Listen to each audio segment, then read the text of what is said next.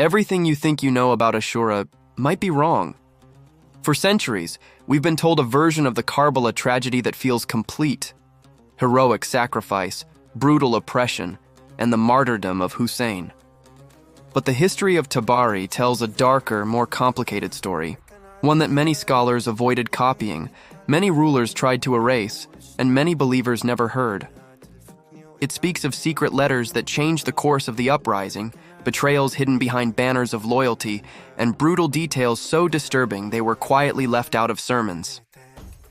Today, we're going to open those forgotten pages. And once you hear what Tabari actually wrote, you'll never see Ashura the same way again.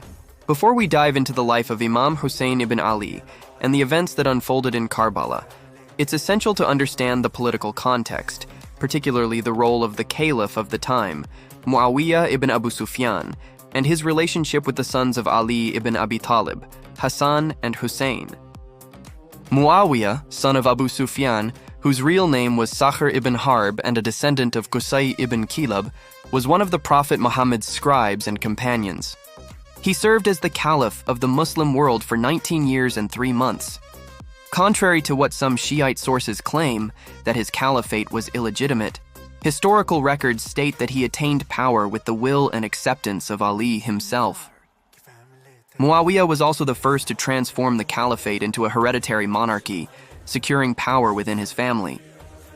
According to Tabari's History, Volume 7, page 271, Imam Hassan was not particularly interested in fighting Muawiyah. Instead, he sought to secure a peaceful life and gain as much as possible from Muawiyah without bloodshed. Historical sources even mention Hassan's fondness for marriage, a trait that often troubled his father, Ali. After Ali's assassination in the 40th year after Hijrah, the people of Iraq pledged allegiance to Hassan.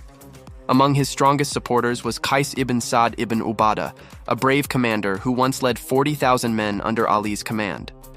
Hassan marched toward Iraq with his forces, but faced internal challenges. Qais, eager for battle, clashed with Hassan's more cautious approach.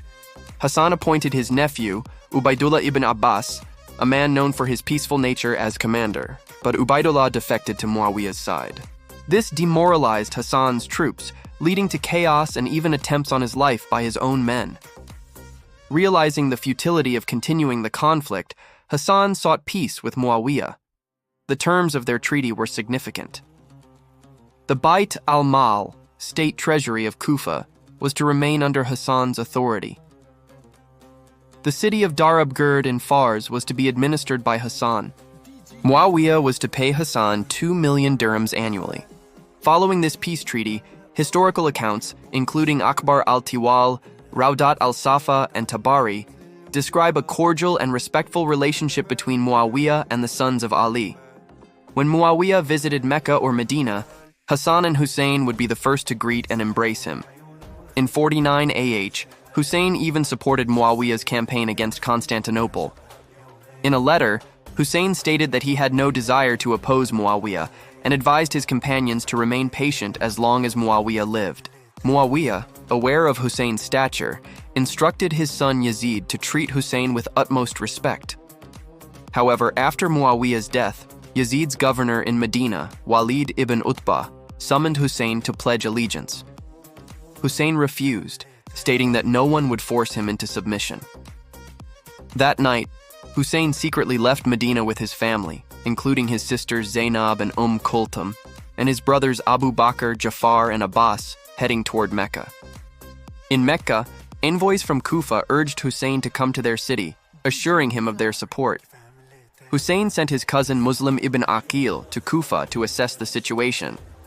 Meanwhile, historical sources like Al-Imama wa al-Siyasa by Ibn Qutaybah and Samarat al-Awraq by Ibn Hujjat mention a personal rivalry between Hussein and Yazid over a woman named Quraynab, who had initially loved Yazid but broke off the engagement due to Hussein's promises. This deepened Yazid's resentment and may have influenced his later actions. Tabari's history also records an event often overlooked. While traveling from Mecca to Kufa, Hussein encountered a caravan from Yemen destined for Yazid. The caravan carried wealth and supplies, which Hussein seized and brought with him, an act some historians interpret as strategic, while others see it as a prelude to the accusations of rebellion. Later, after Yazid's forces intercepted Hussein's caravan in Karbala, Hussein offered 3 peaceful alternatives. 1. To return to where he came from. 2. To meet Yazid directly and present his case. 3.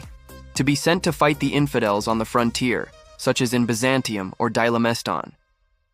Ubaidullah ibn Ziyad initially agreed to the second option, but because Hussein had previously refused to meet Yazid when summoned by Walid in Medina, that agreement was voided. Instead, Ubaidullah, influenced by the notorious Shimr ibn Dhil Jawshan, resolved to fight. Hussein was told to either pledge allegiance to Yazid or face death.